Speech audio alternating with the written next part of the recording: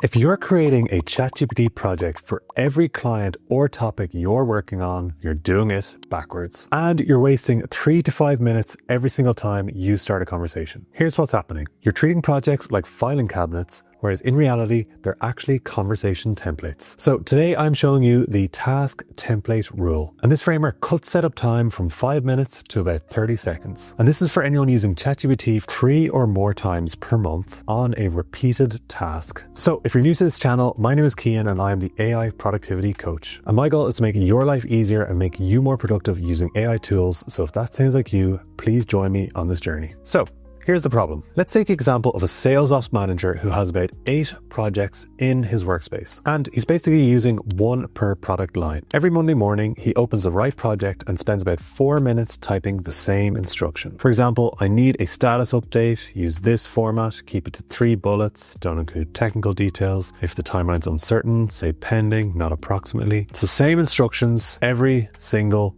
Monday. Now, 4 minutes might not sound like long, but the real cost comes if you're doing this, say, 10 times per week. Then it becomes 40 minutes lost weekly. And over the course of the year, that's about 20 hours that you are losing. 20 hours that you're spending just explaining, not getting work done, just explaining what you want. So here's the missed opportunity. ChatGPT projects are persistent instructions that load into every conversation. The instructions remain the same, but you bring fresh data each time. They're not necessarily knowledge bases. You don't need a new project for every single topic. What you do need is a project for every action. With that in mind, here's the framework. You want one project per repeated item, not per client or topic. And here's roughly where I'd set the threshold for a repeated task. If you do the same thing 3 or more times per month, so for example, write status updates, analyze customer feedback, prepare meeting agendas, then that should be a project. Everything else can just be a new conversation. So this is what the difference should look like. Most people create projects that look like this: Q4 planning, product X updates, leadership team meetings, and those are topics. What you should do is have task-based products like weekly status updates, customer feedback analysis, meeting agenda prep. So see the shift? The second list is more focused on getting tasks accomplished rather than storing a load of information based on a certain topic. So in my sales ops manager example, he could end up deleting loads of those projects that he had and just build one project that is a weekly sales update. But what's the best way to set up a ChatGPT project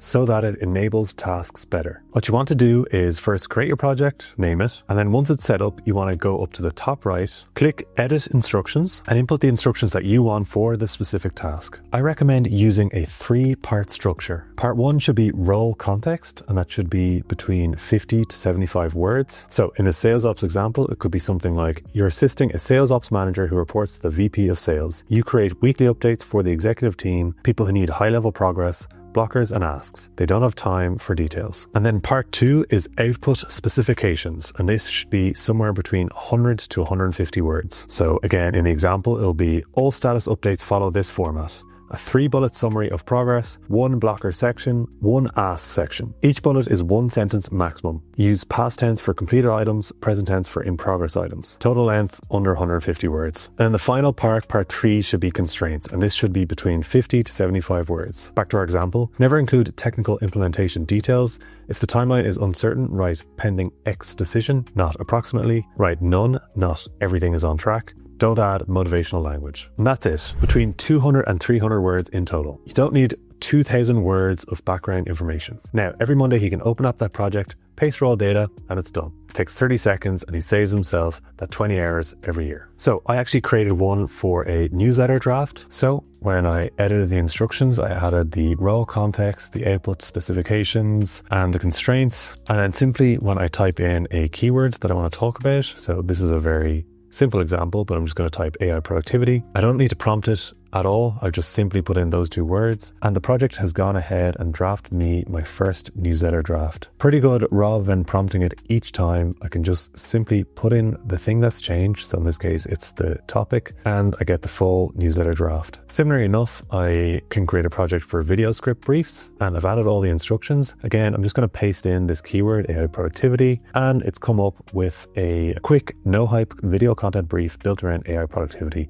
Again, I didn't have to write out a long prompt. prompt. I just had to put in the keyword. I could try it with other keywords and it'll give me a similar output. So ChatGPT projects can get a bit confusing when compared to some of the other features on ChatGPT. ChatGPT has a few different features for context, and most people don't actually know what they do. So here's the distinction between them and the framework you should use when you're deciding which one to choose. There's ChatGPT Memory, and this saves personal facts about you. So it could be your role, your company, the tools you use, your preferences, and this persists across all your chats. The second area is Custom Instructions, and this basically sets global defaults for tone and response length. But here's what most people miss. Custom instructions usually only apply to chats outside of projects. When you're working inside a project, your custom instructions are usually turned off. Now, there are some exceptions to this, but it's just something to be aware of. Finally, projects are workspaces with their own instructions. As I just described, when you work inside a project, it loads those instructions into every conversation you have there. Finally, there are Custom GPTs, which are slightly different to the previous three. They are standalone assistants that you can build and share with others. They don't see your memory and they don't see your custom instructions, and they usually don't remember anything between sessions. Every time you start a new conversation with a Custom GPT, it starts on a blank slate. So you can think of a Custom GPT like a part of ChatGPT that has a very specific skill, but it won't remember other things about you. It will just remember what you've instructed it to do with that specific skill. And maybe it might have extra context if you upload different documents, but